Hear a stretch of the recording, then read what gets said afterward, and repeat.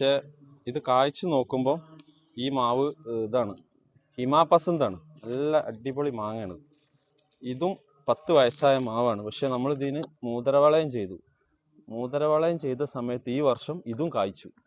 മൂതരവളയം ചെയ്ത് പിന്നെ അതിനുള്ള മൈക്രോ ന്യൂട്രിയൻസ് പിന്നെ SOP NOP ഇതെല്ലാം അടിച്ചു കൊടുത്തു. ഇത് നല്ല ബഞ്ചായിട്ട് കായ്ച്ചിട്ടുണ്ട്. ഫസ്റ്റത്തതാണ് കൊലകൊലായിട്ട് കായ്ച്ചിട്ടുണ്ട് ഫുള്ളായിട്ട്.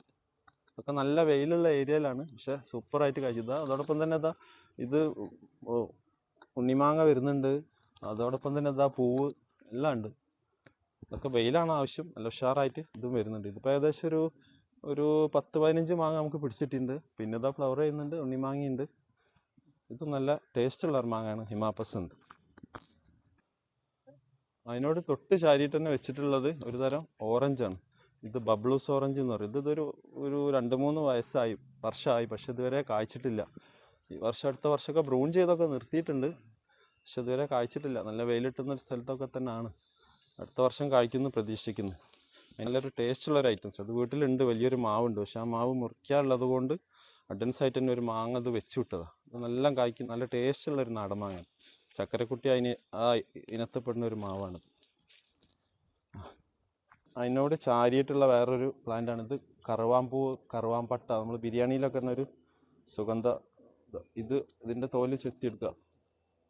ഇത് നല്ല അടിപൊളി ഉഷാറായിട്ട് വരുന്നുണ്ട്. പക്ഷെ അതൊരു വർഷം കൂടി കഴിഞ്ഞിട്ടാണ് തോന്നുന്നുണ്ട് ഇത് നമുക്ക് ഭക്ഷണാവശ്യത്തിന് എടുക്കാൻ പറ്റുള്ളൂ എന്ന് തോന്നുന്നുണ്ട്. കറുവാമ്പൂവ്, കറുവാമ്പട്ട അതിൻ്റെ ഒരു പ്ലാന്റാണിത്. എൻ്റെ മുഖം ഉണ്ട് ഇതിൽ. ഇത് പിന്നെ ഒരു കോഴിക്കോട്ടുകാരുടെ ഒരു പ്രശസ്ത മാങ്ങയാണ്, ഉള്ളൂർ എന്ന് പറയും.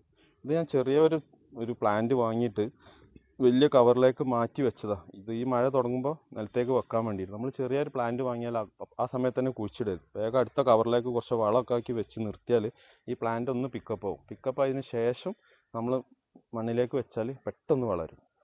ഇത് ഉള്ളൂർ ഈ മഴത്ത് വെക്കാനുള്ള. അതിൻ്റെ ഒപ്പം തന്നെ അതേപോലത്തെ സെയിം മാങ്ങയാണിത്. ഈ മാങ്ങയാണ് മല്ലിക. ഇതിപ്പോൾ ഈ പ്രാവശ്യം 2 കായ്ച്ചു. അത്യാവശ്യം വലിപ്പമുണ്ട് 2 മാങ്ങ. മല്ലിക ഇതും ഈ പ്രാവശ്യത്തെ മഴത്ത് നമുക്ക് നിലത്തേക്ക് കുഴിച്ചിടാനുള്ളതാണ്. അടുത്തതാണ് അതിനോട് ചാരിയിട്ട് തന്നെ ഉള്ളൊരു തായ്ലൻഡ് വെറൈറ്റിയാണിത്. ഇതിൻ്റെ പേര് സൂപ്പർ ക്യൂൺ.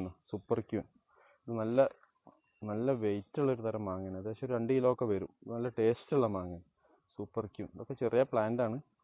2-3 വർഷം കഴിക്കും തോന്നുന്നുണ്ട് കായ പിടിക്കാൻ വേണ്ടിയിട്ട്. ഇത് ചെറിയൊരു പ്ലാന്റാണ്. ഇപ്പോൾ ഈ വർഷം വെച്ചതാണ്. ഇത് നമ്മളെ അരിനെല്ലിക്ക എന്ന് പറയും.